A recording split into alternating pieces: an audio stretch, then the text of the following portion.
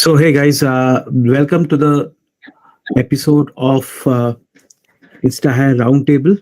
And today we have a very, very interesting agenda. So, we start off with the agenda. Today's agenda is the rise of community led growth, CLG, as we call it, in the talent landscape. And CLG has been very close. I've been watching this trend very closely. And just before we start, let me talk about a little bit about us, about InstaHire. I'm the co-founder of InstaHire. I'm Sarbojit. I'm the co-founder of InstaHire. It's a platform which allows companies to find talent with 10x more accuracy, 10x less time compared to any other solutions in the market. And we work with companies like Amazon, Walmart, Google, PayPal, Cisco, others, Cred, okay, and a lot of other companies. And before we start off, let's have a few moments for our speakers. We have three speakers today, three of the talent leaders, and one of the core members, co-founders and core members of Talent Deck. So with that, we start off the introductions. So we have John, who is a talent acquisition partner at Cred. Welcome, John, to the roundtable. And if you can introduce yourself a little bit about Cred and also about Talent Deck. And so over to you, John. Thank you very much for having me here, Sarbojit. Good to see you, Sufiyan and Sanam, on the call. Hello, everybody. My name is John Mark. I'm part of talent team here at Cred, where we primarily take care of engineering hiring. And Sarbojit, we also use InstaHire, which is one of the main source of engine for to build the top of the funnel. I come with more than a decade of experience in the talent acquisition space. Had an opportunity to work with, started my career with consulting companies, then with product giants like Yahoo and Amazon. And last 8 years, I've spent my time with startups. Great to have you, John. Then we move on to Sufiyan. And Sufiyan, welcome to the Insta Roundtable. And we have quite a long relationship with you. And so over to you. And you can introduce yourself for our members who are watching this, and also about your company and a little bit about Talent Deck also. Awesome. Thank you so much, Sarojit, for doing this. Right, I know we go back a couple of years. And all of this, suddenly surfaced. So glad this happened. For everyone that I'm talking for the first time, my name is Sufiyan Sait. I currently head the people success team for a product-led growth company called Toplyne. Toplyne essentially helps other product-led growth companies figure out their conversions and helps them in, figuring out whom do they sell to in the large pool of freemium to premium customers you have. It's our way of finding Waldo. But on top of this, I also, lead the community efforts, and I'm one of the founders for a people-first community called the Talent Deck. Now, what we're trying to do with Talent Deck is, trying to create another group here, right? I'm sure all of us are part of, multiple groups. It's our effort to probably, bring this side of the table closer. And that's where we want to build a community for talented people leaders. Honestly, I don't think just talented people leaders, but talented people enthusiasts, let me put it like that, right? So it's a closed community where we run various programs, right? Today, we help new age founders in building their people function. We work with VCs, we work with HR tech companies, we become plug and play CLG providers for new age companies. We run mentorship programs, we do pro bono consulting, and all of this is non-monetary. I think all of us have been fortunate enough to get a lot from the ecosystem. And if you're able to come together and pay back in any little way possible, all of us are happy to. But that's a little about Talent Deck. Really glad to do the rise of CLG with probably two OGs in the space, John and Sanam. I'm glad to have you here. Great to have you, Sufiyan. And with that, we move on to Sanam. Sanam is one of the founding members of Talent Deck, and she runs Passion Connect, which is also an incubator of Blume Ventures. So welcome, Sanam, and a bit about yourself, about your company. Thank you. Thanks, Sarboji, John, and Sufiyan. Hi, guys. I'm Sanam. I am the founding partner at Passion Connect. We are the only HR advisory firm that has been incubated by a venture capitalist firm in India. We have been responsible for growing the Blume Ventures ecosystem, which is 150 startups across Dunzo, Healthify Me, Unacademy, Cashify, and many, many more over the last 7 years. We provide various HR services to them. And I am one of the core members at the Talent Deck. Very, very, grateful to be a part of a HR community where for the first time we are being able to help and interact each other. I think today's topic talks a lot of how we were able to grow it, and I'm sure it's going to be a great one. Thank you. Great. Thank you, Sanam. Thank you all the speakers for taking your time out and joining us. So we start off with the first question. Let's start off with Sanam for the first question. So Sanam, CLG or community-led growth. So how do you think it plays in the modern TA world? What kind of role it plays in the modern TA world? Sure. I think it plays a very, very crucial role. To be very honest, to take a step back, before the Talent Deck, since I'm a part of the Blume Ventures ecosystem, we have 150 companies, which means minimum of 150 HR professionals in the industry. 3 years ago, we were able to identify that there's a space that is needed for these HRs to thrive and get together, which is why we came up with an HR group, which is called Thought Square HR, and the idea was to bring all the Blume Ventures, HR, CHROs, talent leads, everyone together.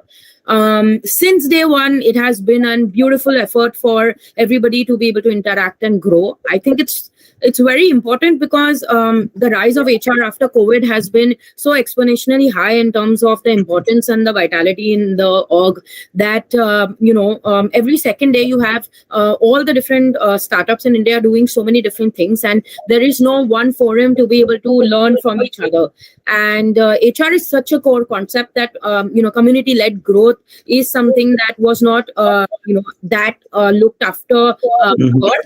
It was all about having a founders community. It was all about having a CTOs community. I would hear all sorts of stuff, but there was nothing on HR. When I think over COVID, everybody also realized, how important it is to be able to adapt, learn and grow and be able to add value to your startup in ways you would never imagine to be able to add, right? Originally, it used to be just your basic your talent acquisition and your performance management and, payroll and things like that. Never did you know that you would, have to have so many layoff conversations, for example. So how do you learn? I mean, there's no theory about this, right? How do you learn about being able to talk about layoffs and things like that? So I think for me, community came up in this entire forum and everybody is trying to learn from each other after COVID. And that has made a very big impact because people have gone beyond the basic ways of learning. They believe that I can learn from anybody else who's an HR. And that only has come up as a concept after communities have been born. And people have started to realize that, it's not just about the HULs doing a good job. It is also one startup in Jaipur whose HR is doing a fab job. And there's no way you will be able to reach him or her unless there's a community. So I think the importance and the whole thing came into the picture from, this entire point of view. And I think it has been beautiful to see that over the years. Great. So, Sanam, thank you for your thoughts. I will come to Sufi. So, Sufi, the CLG community growth is a very, very new concept. Maybe also in the product domain, it has been for quite some time, but in the HR domain, as Sanam told, that it is very new concept. And how do you think in the next, say 5 years down the line, it will play a role in the talent acquisition space? What changes will it bring? Yeah.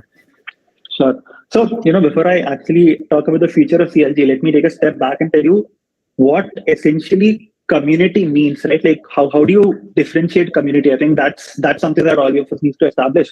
See, today community is often mistaken as audience. Today, community is often mistaken as a group, right? I'm not saying there is not some overlap, but the two things that differentiate any community is one, your sense of belonging. Can you proudly come today and say that, hey, this is where I belong, right? Like that differentiates a community. Second is, are you getting some value out of it? So if you think these are the two parameters or these are the two metrics that fit well, then that means you are at least heading towards building a community, right? And community-led growth is it's honestly tried and tested concept, right? I have been fortunate enough to talk to a couple of leaders in this space and someone who has probably done this also, right? And they started a couple of years back. I've seen a lot of product companies do it. Yeah. Now, what worked out beautifully for them is this acted as a thread between the customers and the people building out the product, right? Like that was essentially the rise of CLG. From the notions of the world, the Figmas of the world, and so on and so forth, right? And this just became a single place for them to sort of build their product out. Now, what we're trying to do by getting this concept in the people space is actually very similar, right? See, today, if I come back to you, or if I go back to say a young HR enthusiast who's trying to build out, say, a process in his or her company, and Sarjeet, this person is stuck, right? Like, he or she is the sole ranger there. Now, where do they go, right? Like, can they just open a book and replicate? No. Can they, go back to the founders? They'll be like, boss, I hired you because, you take this off me, right? Where do such people go? That is what we are trying to solve for, right? And I think that ties us back on how do we do it. It's honestly a little more simpler for us, right? Like, get people who are passionate about giving back. And that's our effort to, building community in the people space. Now, coming to your question on how do we see this trend evolving, I don't think there's any coming back right now, right? Like, the world is moving towards a CLG first world, and there's a reason for it. Today, I'm sure Sanam will add, today when you look at investors and when you go with the pitch deck, more often than not, investors will come back to you saying that, hey, you also have a community angle to it. Because it is important. Like, there is a lot of focus on it, right? And honestly, if you even talk, say, companies closer home, I think I take great pride in saying that say something like growth rates or product folks have been excellent sort of enablers for CLG, and you've seen how well they've played. Yeah. So what is stopping the talented people landscape from growing, right? Like, I think it's just that we are not aware. And that is what we are also trying to solve, right? Like, today, good work exists in silos. With CLG, we're trying to get all of that in one bucket, right? Like, we want to make sure that what Sanam knows, what John knows, what probably I know, right? There are, probably hundreds of more whom we can share that with. And this happens more informally than formally, right? Like, when I need something, all of us are just a click away. Exactly. So, long story short, like, I think the future is CLG. Whether, people believe it or not, I don't think this might be a want anymore. This will be a need. Yeah, and you can't survive unless you run a community like this. But sorry, go ahead. So actually, I truly like it. It's a very good idea. But if you see in the near future, like we have seen the pace. So I completely understand where you come from, and it basically will change the entire course in the TA segment. With that, we come to the next question, and the next question is for John. So we have seen that, and we have also discussed this. Communities have been seen as the next big thing in recruitment, right? And it has been like there will be product communities, there were developer communities, there were like a lot of other groups operating. But right now it's the time of recruitment, and by recruitment I mean like there will be people who will be doing a lot of stuff in these communities, like maybe establishing thought leadership, okay, or testing out their strategies. Okay, basically a sounding board. So, John, how do you think it actually establishes, say, thought leadership in a community, and how it actually helps the brand of that company? Sure. So, before I take the cue from Sufiyan, right, when he spoke about defining what is a community, I think Simon Sinek, one of the well-known author, he describes community as a group of people who agree to grow together. All right, and because if you look at community-led growth, the jazz word that we are hearing right now, it actually evolved from sales-led growth to product-led growth and to community-led growth that we are looking at right now. However, if you have to translate that to hiring, right, because that's what we all expertise in, right? I would say from a keyword search hiring to a referral hiring to a community-based hiring is how I look at these three stages where community-led growth has reached right now, right? If you look at yesteryears, right, when I started my career, most of us more than decade years of experience, right? We started with keyword search hiring to begin with, okay, and then we started asking for referrals within the companies, right? And then right now it is at a stage where if you really break down the flywheel of community-led growth, it can be translated to how hiring can be done through community-led growth, right? If you really look at different stages, right, of CLG, right? If you translate that to recruitment, right? One is creating awareness. I mean, your customers or your candidates that you hire are the best brand ambassadors. Yeah. Right. And number two, they are the persons who can inspire the others to consider a role with your organization. Exactly. Right?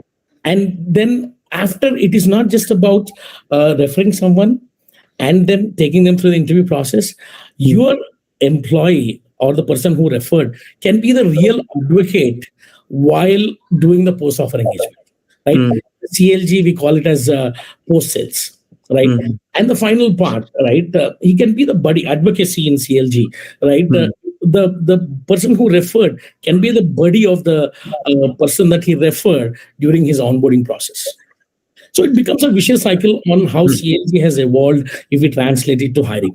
And these can be tested through the leaders who join these communities, contribute actively, right? Where the frameworks or different problems that you need to solve through CLG can be tried and tested through the leaders who come on board to contribute back to the community. Right, and then it can be taken forward. Right, I would like to quote one very interesting statement that Kunal gave. It is not about paying back, but it is about paying forward. Right, you cannot go back and pay back. Right, it is about paying it forward. So if you build communities where you get leaders to solve critical problem for the future, I think this is going to be a game changer in recruitment too. Okay, John. So I would like to call upon Sanam on this. As John has already told about social proof and how does it actually help in establishing thought leadership, Sanam, you have been working with like a lot of companies who are maybe in a very nascent stage to very mature stage, right? So throughout, they have different sets of people in these communities who are maybe a 1% team, 2% team, 10 people, and then 1,000 people team. So how do you think this thought leadership in and building communities will help this kind of companies and in the TA segment? Yeah, I've been seeing Blume do this from, I mean, Blume is 10 years old, but I've been there for 7 years. I've been seeing Blume do this from day one, right? We have a group called Blumeers, and every single founder of Blume is a part of it. And it is absolutely beautiful to not only be each other's sounding board, but also be in a place where you learn something out of someone else who's talking about a random topic that you probably didn't even know was a worry for you or was a thing for you. And suddenly that comes up and, there are just other people who are talking, and then you learn that, you imbibe that knowledge, and then you play it and you put it into your work, or you talk about it at some other place. And it's such indirect knowledge that ends up happening. It doesn't really matter at what stage you are at. Like, it doesn't matter how young you are, or it doesn't matter how old you are in your startup world, right? It's more important is the access to knowledge that you get from communities and, how it leads to growth, right? Previously, let's say, for example, if I learned something through a candidate or, through a experience that I had, and what would I do, right? I would just tell my colleagues about it, or, I would go and tell my friends or my family about it. That's the max in terms of the community that you end up, being involved in, which, technically is your personal side. But you've never been a part of communities where you can actually go and tell someone, okay, guys, listen, this is what happened with the candidate and this is what I did. And, it turned out to be really great. Giving a chance for someone else to be able to imbibe that knowledge. So in my case, I saw Blume doing it.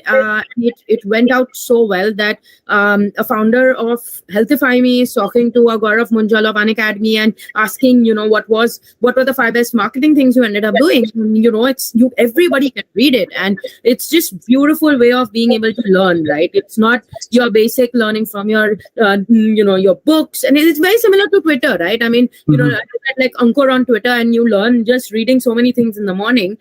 Imagine having someone personally who you can talk to about these things. For me, Talent Deck is that. Blume is that. And if you are not a part of this, it's not so much. It is about sounding board, but it's more about gaining that knowledge, the first time experience knowledge that people share, right? I think that is something you never end up getting in any other way. And for me, that has been a turning point of being able to understand what community-led growth can do, even from a founder point of view, which I saw in Blume versus, what ended up happening at the Talent Deck in such a short period of time as well.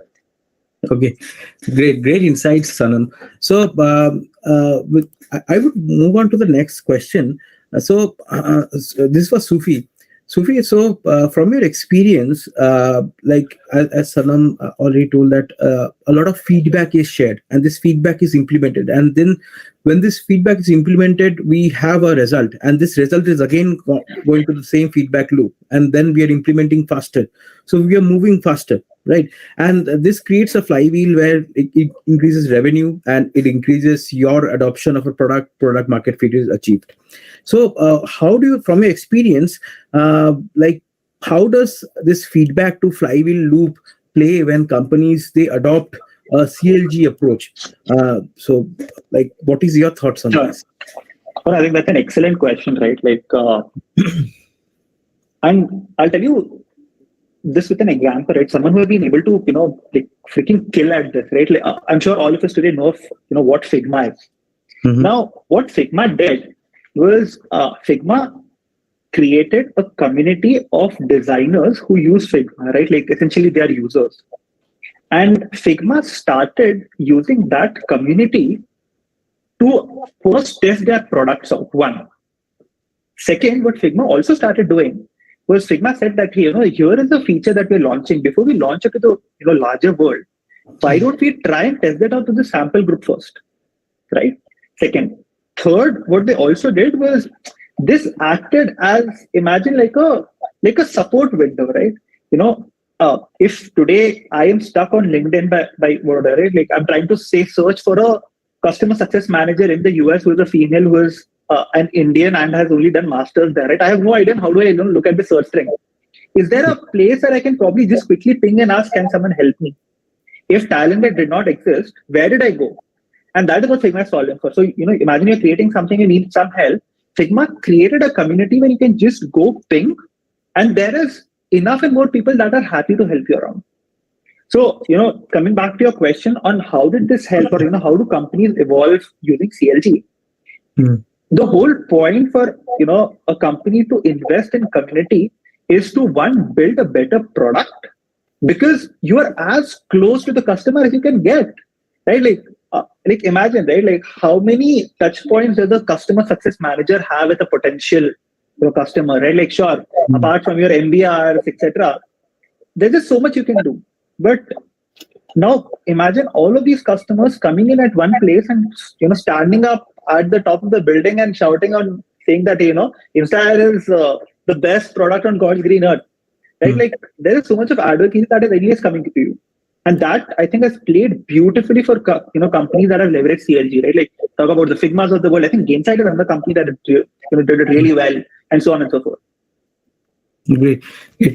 So I'd like to touch upon with John. So Cred, Cred is, I think Cred has also a very, very vibrant community of their own. I think like if you see the designs which Cred tries on the product, it's quite like a very, very revolutionary thing which they have tried in different sets of designs. So I work very closely with the design team and they keep talking about this. So do you think this also helps, like as I told, as Sufi has first like trying to show the relationship between feedback and flywheel. So this also is one of the things I think which Cred might have also tried, like from your experience. I mean, I think I refrain to add comment here on behalf of the design team, but I think like any product, right? It is always feedback loops in agile methodology where quick feedbacks are given and then you go about it, right? However, I mean, everyone are a great fan of Cred design, but I think this is definitely right because if you see the customer success team is super active on social media, right? And they do take feedback from the customers. But I'm not commenting this on behalf of the design team at Cred. Okay. Thank you guys for your insights. So Sanam, the next question is for you. So one major aspect of CLG is creating social proof. I think social proof is also touched upon by John, but how can talent teams leverage this in terms of employer branding and also personal branding of the recruiters or talent scouts or TL leaders? Sure. I think it completely goes into the fundamental concept of why are you looking to do employer branding or personal branding or core team branding, right?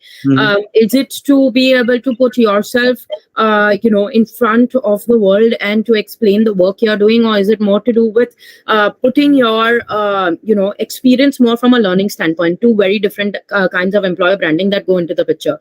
The more core oriented branding that you're looking to do, which is more personal, talks more in terms of the kind of work you've done and in terms of the credentials you come with and things like that. The more community oriented branding is more learning based, which means that your tone and the way you are doing employer branding changes more in terms of trying to want to educate others on the experiences you have.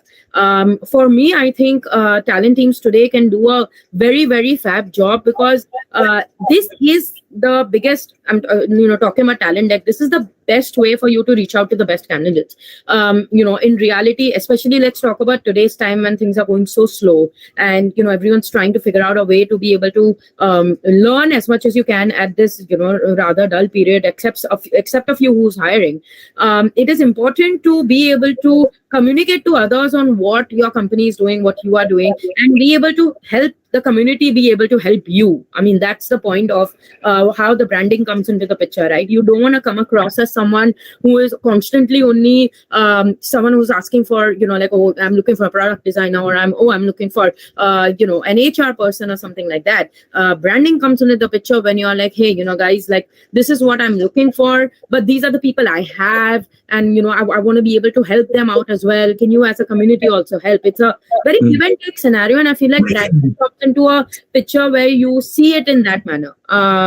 I think talent teams can do a lot more in terms of being able to educate the communities in terms of what they're doing and what their asks are. Sometimes you get so involved into branding and doing, all these Canva images and everything has become so easy today that you forget on why are you doing employer branding? Like, why are you branding yourself or your company, right? Is the agenda to be able to get something out of it, or is the agenda impact? Because if the agenda is impact, then your content needs to be very, very different. But if the agenda is to get something out of it, then your strategy needs to be very different. So I think once you're very clear on what kind of outcome you're trying to achieve from the employer branding, it becomes easier for you to be able to use the community for that. I think that is something that becomes rather important because, see, we are recruiters, all of us are, okay, by heart and by soul. We're going to be able to see through you, and we're going to know what you're doing and why you're doing it in the community.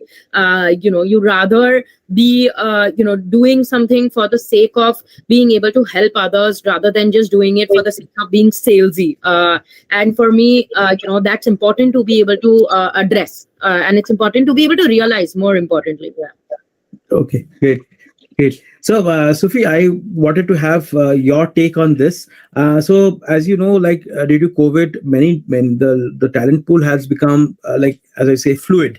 Like you can hire from any parts of India and also abroad. So there is a lot of diversity in this, and different cultures are coming in. So it becomes communities when they go cross-border.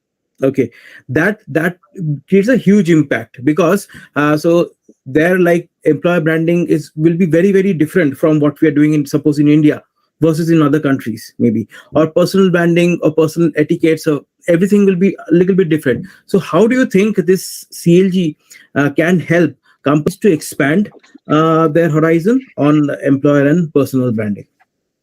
So Sarvesh, I'll probably, sort of break this question down and give it an example, right? Okay. Like, no matter whatever we play around, I tell you what community at the end of the day really helps, right? And sharing an example is, imagine if I have to today hire for, say, in the Indonesian market, right? Now, I admit saying this, I have no idea on how does the Indonesian talent landscape look like, right? For me, the moment this mandate comes in, I know at the back of my mind that, hey, there are 5 people in the community who have been there, done that. Right? So what communities also help solve for is not just connect, but become a place where you can actually showcase your work. And I don't mean to say that you come and boast around, right? But sometimes you just know a lot more. Like, at TDD, I very recently figured out that, hey, there's someone who runs this HR blog for the longest time. And she has not been, right? Like, she's not been promoting it. But when I saw it, I was mind blown. I was like, hey, where was this, right? It also becomes a place for you to sort of showcase your work and showcase it to the right ICP. Right? So in this example, if I have to, say hire for a different market altogether, I need not wander around, right? Like, I can go to the spot that is the most relevant in this case, and my problem is going to be solved. And all of this was possible because there was one place where, all of us were together. And second, it was a place where all of us were contributing actively. Exactly. Versus it just being, a Google group or a WhatsApp group that just existed for the sake of it, right? So, sort of double tapping on your question, right? Like, how does this help in employer branding and self-branding?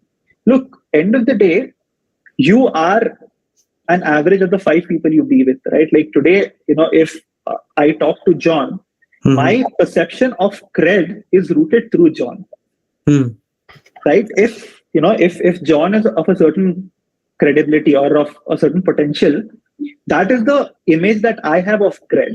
So there's a lot of overlap that happens to Cred because of John. I'm like, hey, you know what?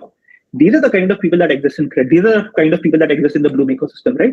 And that, in my head, is a way lasting impact of employer branding than literally a dozen posts, right? That is one.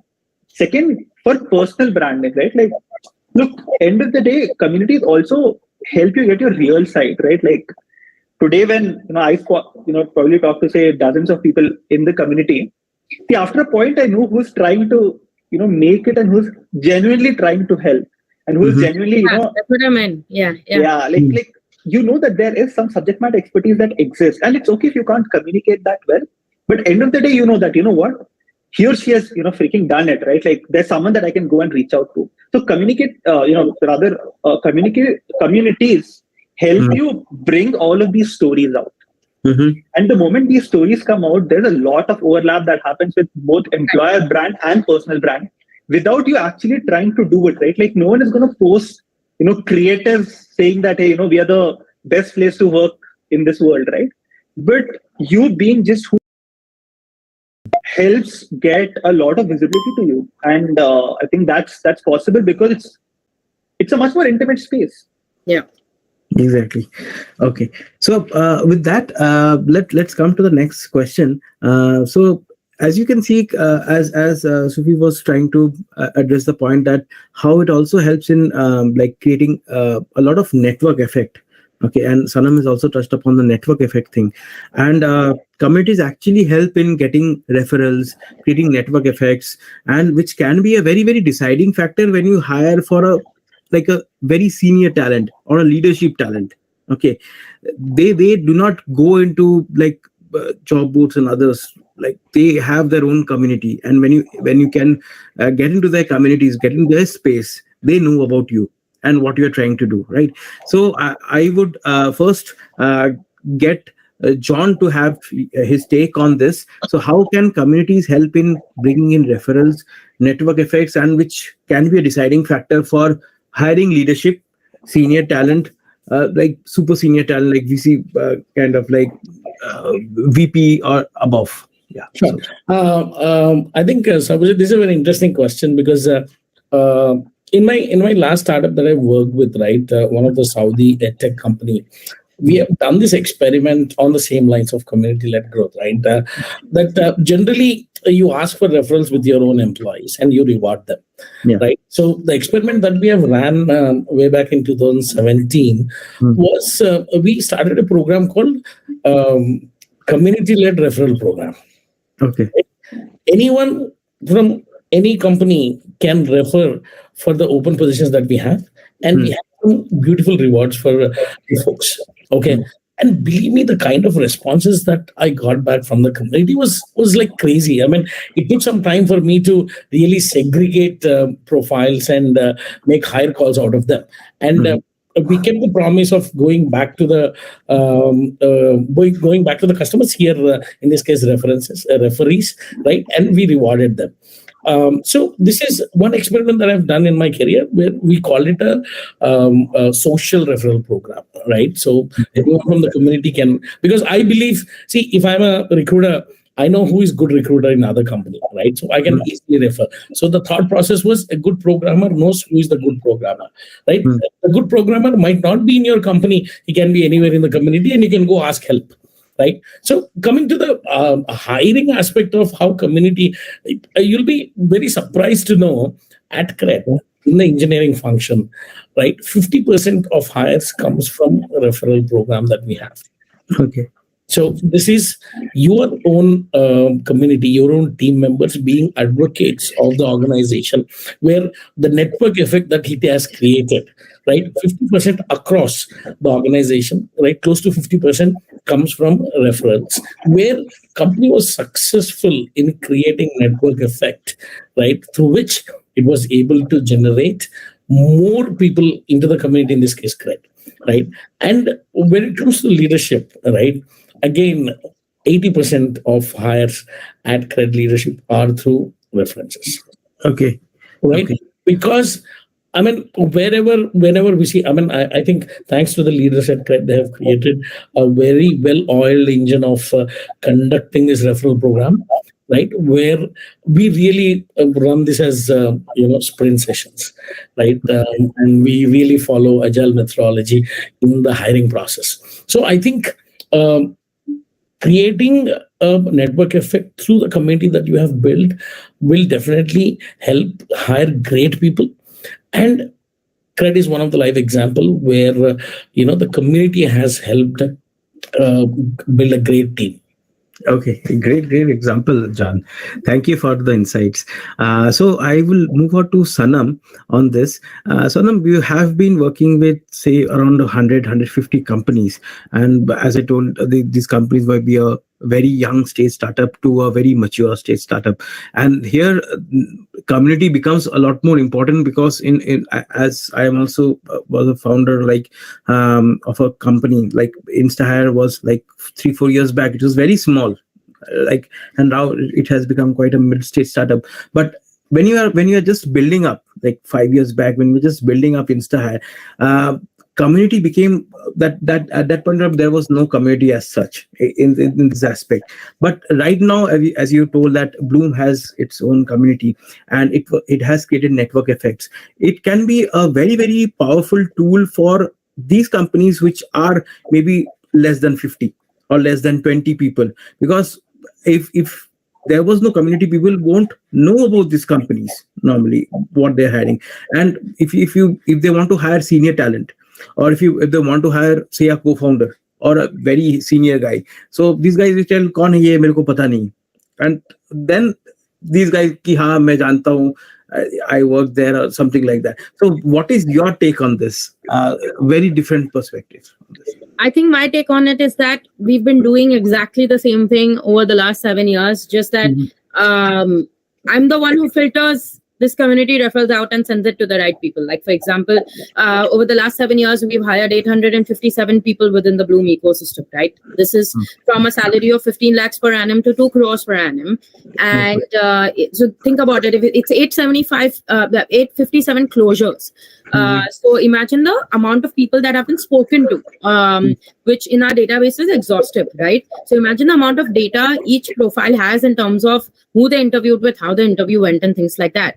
So what has ended up happening is no longer do we use your LinkedIn and Naukris. It's more about referring the best people and curating them to be able to refer in the right way. I mean, what is the point of someone referring a B2C person to a SaaS company, right? Won't make sense. So what basically we do as Passion Connect is to be able to get these referrals, have these referrals in, be able to put them together. And let's say, for example, if someone is looking out for a job or a founder is looking out for a product manager, we have 10 of the best companies in Bangalore to be able to put that across, right? We have Small Case, we have Academy, we have Slice, we have Pixel, we have so many that what ends up happening is not a hire, but more like a referral system, an autonomous referral system that is taking care of your hiring needs even when you are not ready for it. If from a venture capitalist and through the venture capitalist firm Connect that we are involved in, I know what exactly the company is doing. If I know they're expanding into North America, I obviously know that they're going to be setting up a sales integration team, North American clients. So it is important for me to have those referrals ready. And those referrals come because we have other SaaS companies who are doing the same. So all in all, what ends up happening in the system is the right candidates and the right talent that understand the startup world, are not inflated in salaries, have done scale before, are matching to the interest. All of these are filtered from a referral system and then been sent to the founders. So reality, and in fact, I'm actually looking to work onto a tech product on referrals. That's a plan for Passion Connect to be able to create as a product. So we really do agree and value the fact that referrals go beyond, anything. What also ends up happening is that it's easier to find out the real truth about a candidate when it is from a referral point of view, right? Yes, I mean, we do call and do ref checks and things like that. The truth really comes out when it's a referral, because someone is putting their own word forward when they're referring someone. And if you're referring someone, then, you will have to take, your responsibility onto it. So people don't refer wrong people. Like, they don't refer people who are not good enough, right? So I think that becomes important as a cycle, at least for the Blume companies to be able to honor and impact. Plus, we have a no poach within any of the Blume companies. So one Blume company can't hire from the other one. So obviously, besides the fact that Blume is investing like crazy, I'm losing out of companies to hire from. The referral system works very well because the founders are very, very close. So you basically are, limiting that very well, which also makes a big stand on how closely you are valuing community and referrals. Great insights, Sanam. And so I will call upon Sufi to on this. So you have been working with startups in the last few years, okay, and these are very high, and these guys, they have like when people grow, they need to have people in the top segment to lead that growth, right?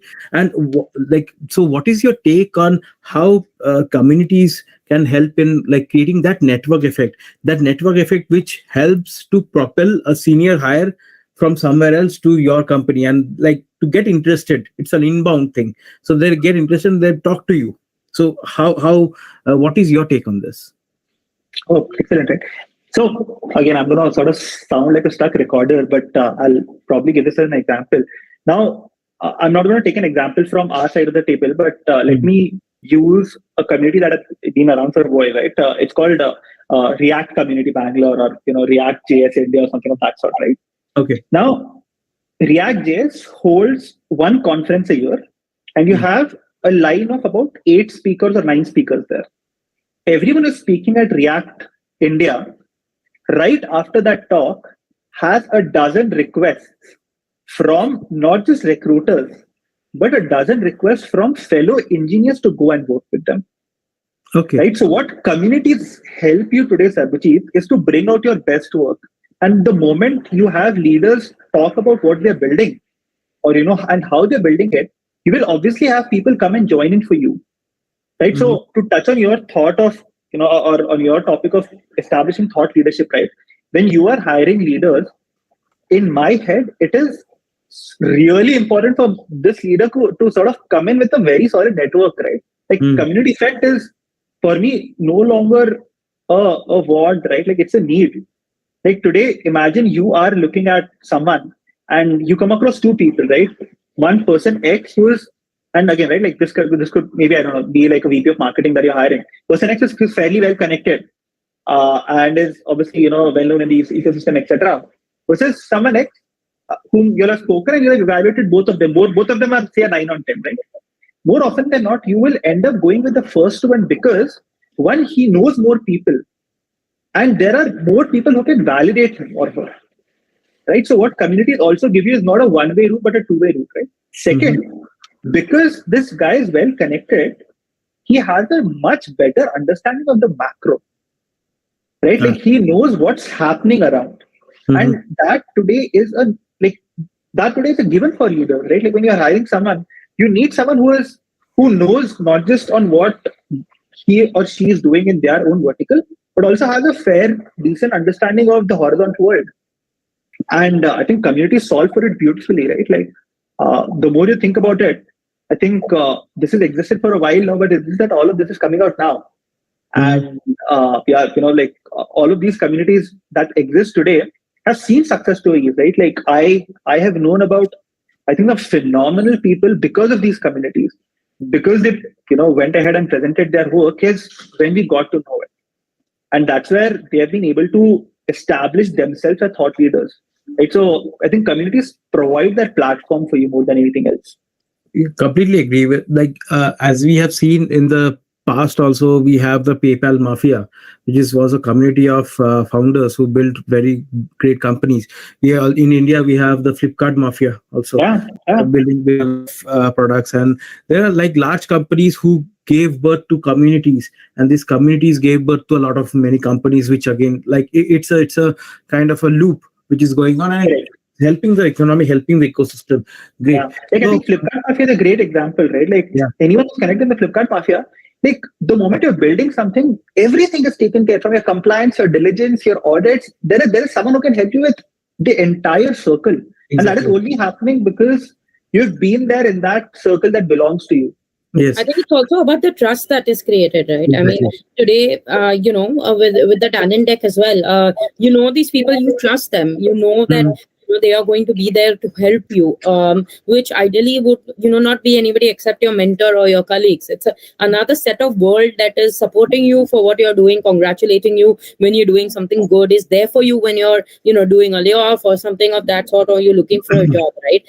It's not just a community you are at, but also someone who's going to be by you for the longest time. I think that also becomes very important, and that's what has stuck the Flipkart Mafia or the PayPal Mafia around as well. It's the trust that you end up creating with each other. Yes, Sadam. So trust, if you see in the last few years, we have seen the IITs coming up, becoming very large communities. IIT Bombay, IIT Delhi, and most of the founders were from this IITs and IIT Bombays and Delhi's. Most of the VCs were also from there. So it becomes a lot of very powerful ecosystem where you can refer people, where you can take in people from other companies. And also there is a lot of trust, as Sanam has told, this trust, he's from my hostel. ये मेरा hostel का ये hall 3 का ये hall 5 का है ये सब that happens, right? So very strong sense of belonging happens, right? Sense of belonging. Yes, exactly. I don't think it wasn't there. I mean, in all technicality, our alumni network is a community. Exactly. Any Ivy League you go, you have your class. Any boarding school you go, you have your class, and you will always have reunions, and you network so strongly over there, right? So it has been going on for years. It's just that I think in the workplace is when, and in your particular industry is when this is opened up. And I largely give credit to the startup world, because I felt there's so much more someone needs to learn that they don't have access to.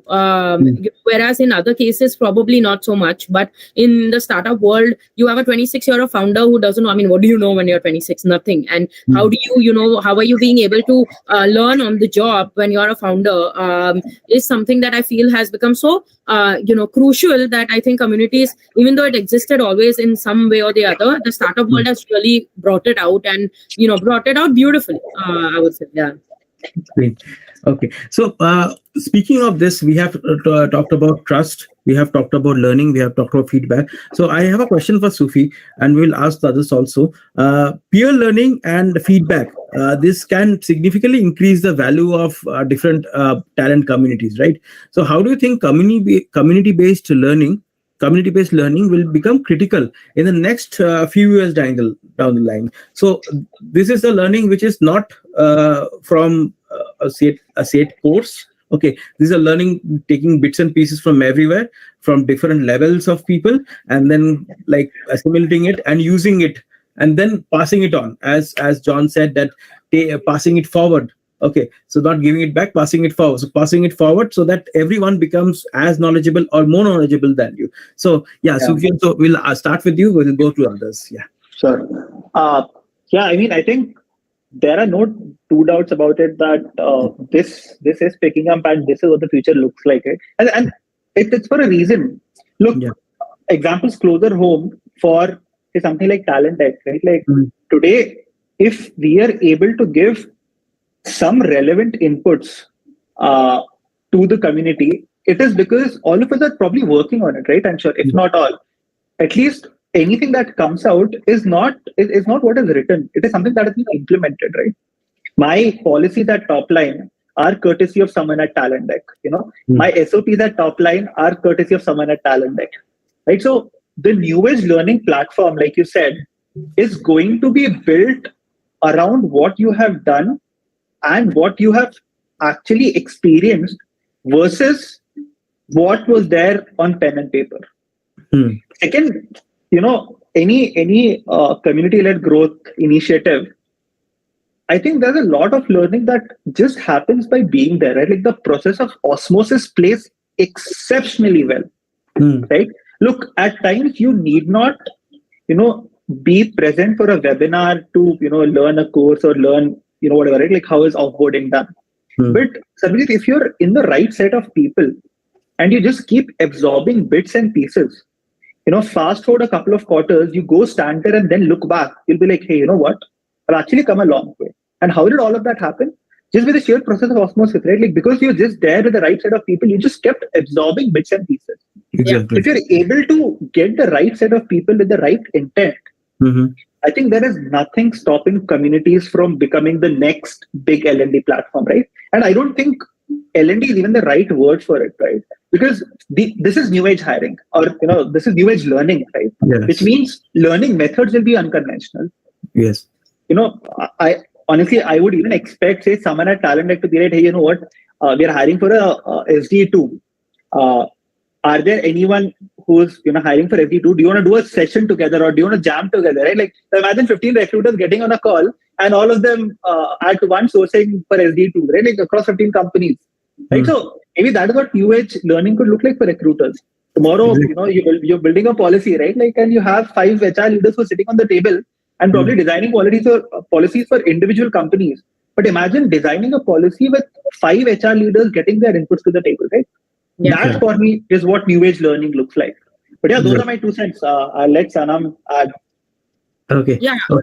Yeah, Sanam. Okay. Good. No. So I completely agree with Sufi. So as India evolves, we are solving a lot of new problems which were not there.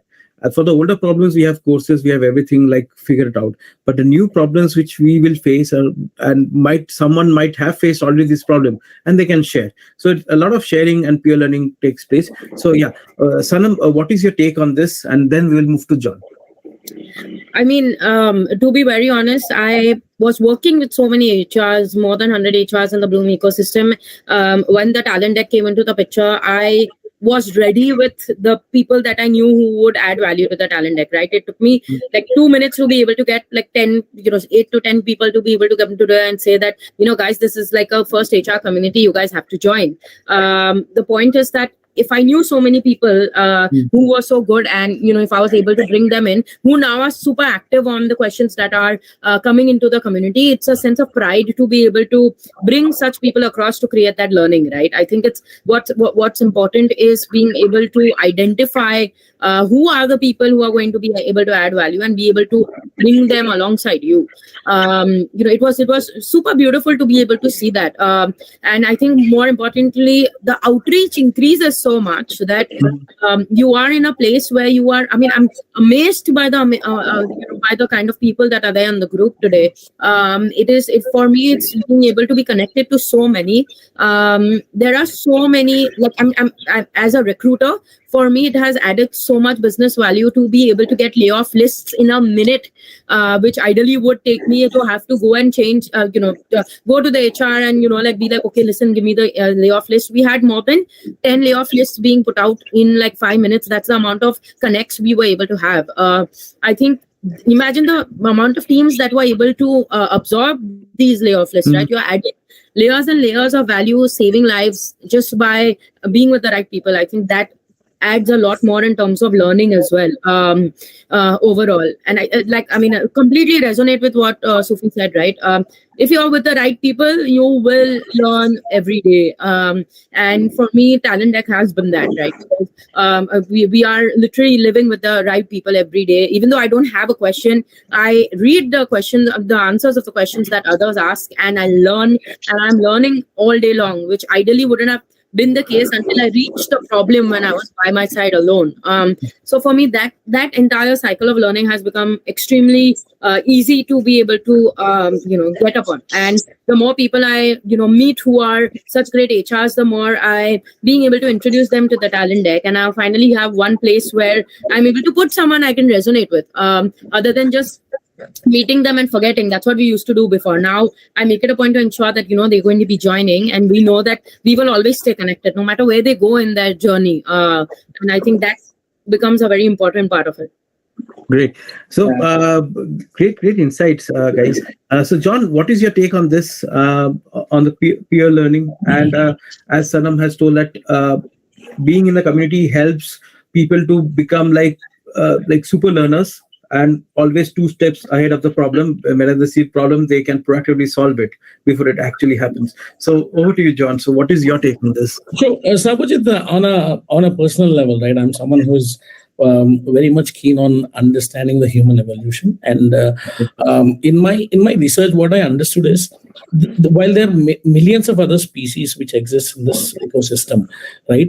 One of the major difference why human race was able to reach where we are today is because of the knowledge transfer, which was done from one generation to the other generation through documentation. Okay. While we talk about different communities which are doing superbly well in the ecosystem right now, Sufi spoke about React.js, you talk about Swift community, you talk about Droid communities, right? There are many other communities. This piece was missing in the HR, in the talent acquisition space, especially, right? This was my first conversation with Sufi when he came up with this Talent Deck, right? This was the space which was missing this learning or knowledge transfer from one generation to the other generation. I think I'm very glad that communities like the Talent Deck and other communities that I'm part of, Recruitment Out, they are coming together, right, to ensure that the knowledge which all of us have gained or put it in one place, and we are trying to find a mechanism to transfer it to the future generations. Okay, great. And that's why, right? I gave that point that it is paying forward, right? We cannot go back and we cannot change things which happened in the past. But I think I am super stoked and happy to see this community-led growth coming into the TA space, where we are figuring out common spaces, because everyone would have solved many different problems in their different stages in their careers in different companies, right? And if you have a community where everyone can contribute towards other growth, right? I think it is like a easy fix for the community in general and also to the overall industry. Okay, great. So with that, we come to the end of the questions, and we go to the questions from the the people who are there live and who have sent us their questions over email. So one question I have got from Yash. Yash asks that how important is storytelling in building a community and nurturing a community. So how does storytelling help in bringing people in and creating a common consensus around a community? So anybody can take this question. Over to you guys. So I can start, and then obviously, I think John is. I'm sure he's in probably this topic. But look, I don't think storytelling is just important in community, right? Like storytelling is for me a very life skill. Right? Yeah, I agree. Like I don't think it has to do anything with community. If you're a good storyteller, it can actually help you in like anything and everything in life, right? Like it could be for you asking permission from your wife to go to Goa with your friends, or your parents to allow you for their Goa trip, till probably telling your manager on why you sort of deserve that raise. But coming to the question on how important is storytelling important community, like a 10 on 10, right? Like today when we talk to founders, we see them, when I have to tell them what Talent Deck is, after 5 minutes of what I'm saying, I stop and say that, guys, I'm sorry, I'm not trying to raise money from you all, but by now all of us have a certain knack of going around this, right? And the reason storytelling is important as I would say like a skill right now is because that is the only way you can say that what you're trying to do with it, right? So to answer Yash's question, yes, storytelling as a skill is something that one should definitely invest in, irrespective of community or not. But in community, if you want to build one, you need to have your not just your storytelling skills good, but you also need to make sure that your story is consistent, right? Like it is what everyone resonates with versus me saying something, John saying something, Sarabjit saying something, and Saram saying something, right? Like it is a language that goes across the board when you're trying to build a community.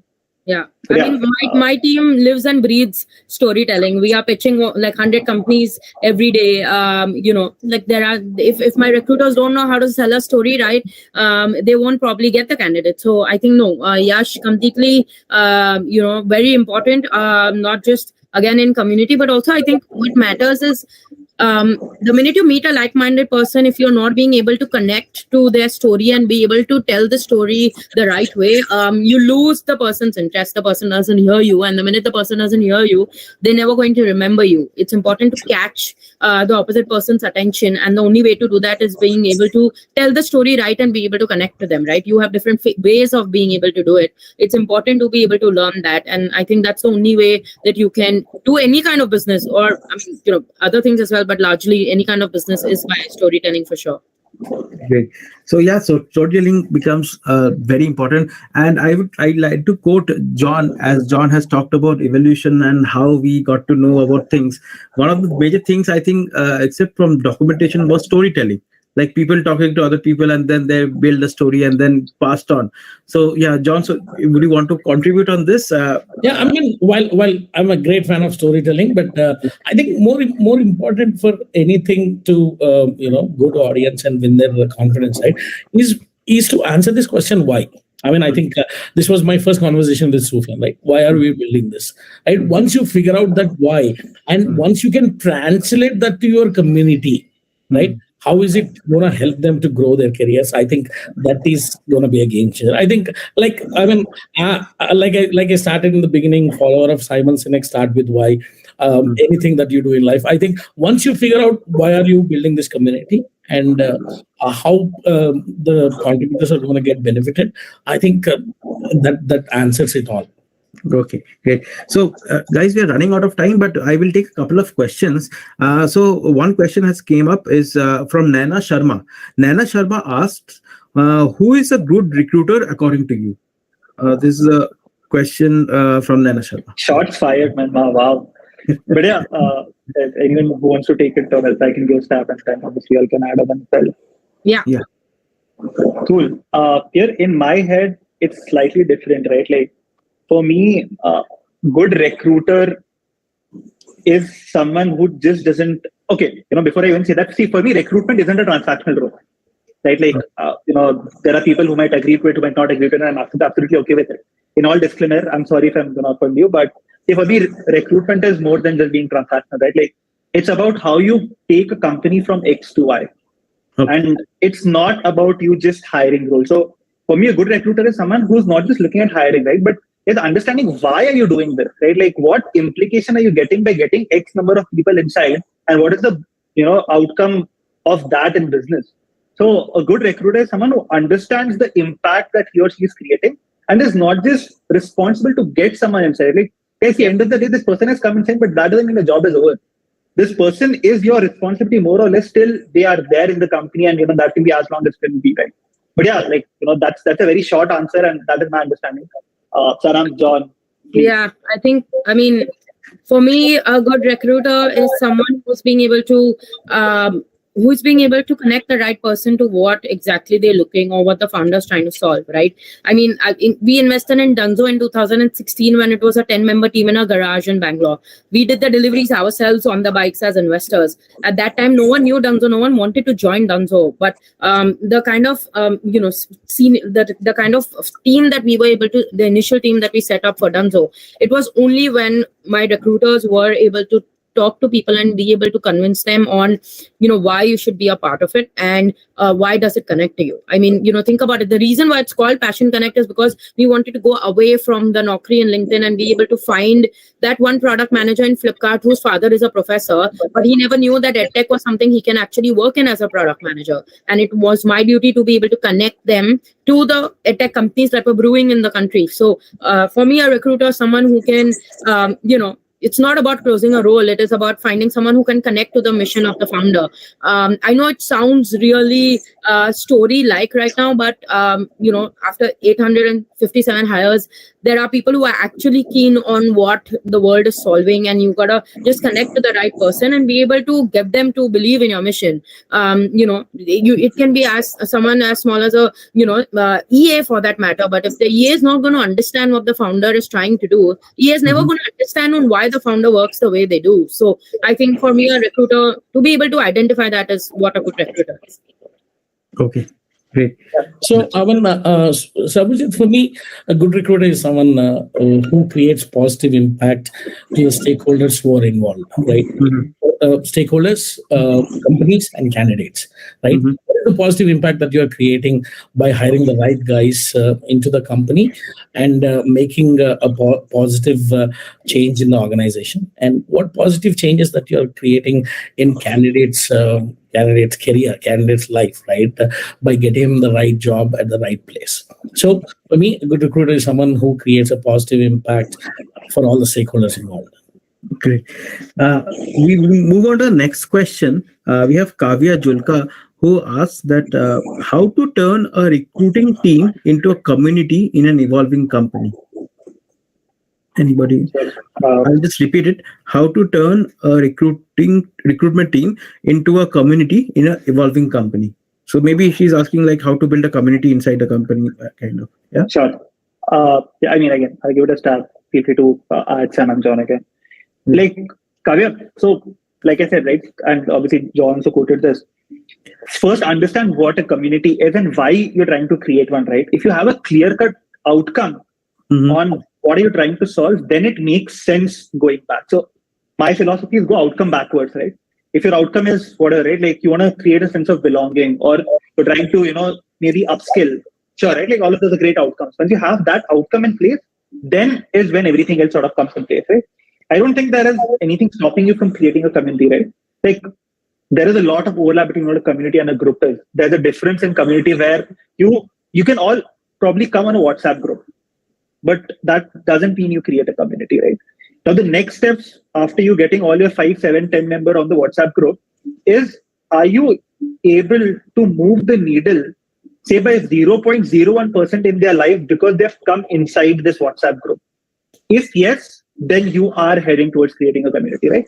So the first step for you is identify the outcome. Once you've identified the outcome, get them together. And once you get them together, try and figure out avenues to create value for them. If you're able to, probably get these 3 things in place, I think at least you're on the right path to probably creating a community inside a company. However, I still don't understand the reason for it. If you have a compelling reason, then I think it makes sense. I think it can be as small as, like I have HRs who have been able to create a community by just being able to put together, who are, by creating a book club on Slack, within a company, right? And you have like 7,000 people, and you want to get together and have people exchange what books they're reading, and which book changed your life. That in itself can become a community within a company. But if you're talking about, see, there's a lot of like Sufi said, there's a lot of that goes behind successfully running a community. People will join it, but will people remember you as a community? You need to be able to create that impact. That might not happen within a company, to be very honest. Ideally, if you're a recruiting team in a company, you should be a community by yourself already. Just that you're not called it that, right? But you are a community by yourself because you're working internally. So maybe the thought process is to formalize it a little bit.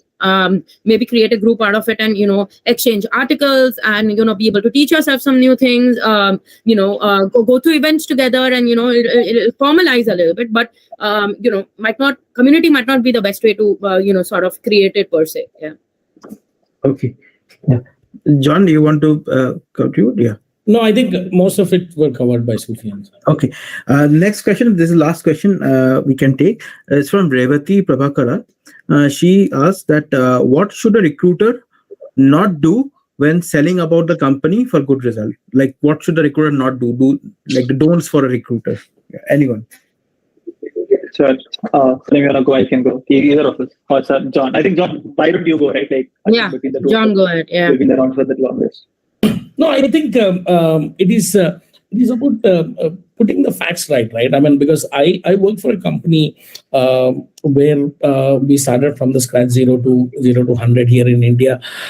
This was a company which was in the edtech space, coming from Middle East, which was trying to digitalize social education, right? I mean, there is nothing that I could have cooked up stories, because there was no story. Right, so we were building the story. So when you get into these kind of situations, right, there is nothing that you need to cook up story, because eventually, because of the digitalized world, right, people will get to know about the organization one way or the other. Right, be it doing research on different social platforms, or talking to peers whom they would have known in their network. Right, they would eventually come to know. It is all about putting what is that value addition that the organization can build if someone can pick up this job in their organization, right? It is about how is this, because you have talent available which can fit into different companies at different levels of the companies, right? So exactly. All you need to do is make sure that you put the facts right and help them understand why picking up this job can help them accelerate their career. Okay. Great. Great insights, guys. And thank you for joining in. Thank you for taking time out. And this episode will be available to everyone. And thank you all of the users who came about in our live sessions. And we'll send across. And if you have any more questions, I can send across to John, Sanam, and Sufi over email. So do send us your emails. And that's a wrap for today. Thank you for joining in. And thank you so much, guys. Thank you, guys. Thank you for having us, Sarabjit. It was a fun chat. Thank you, Sarabjit. Thank you. Thanks. Take care. Thanks. Take care.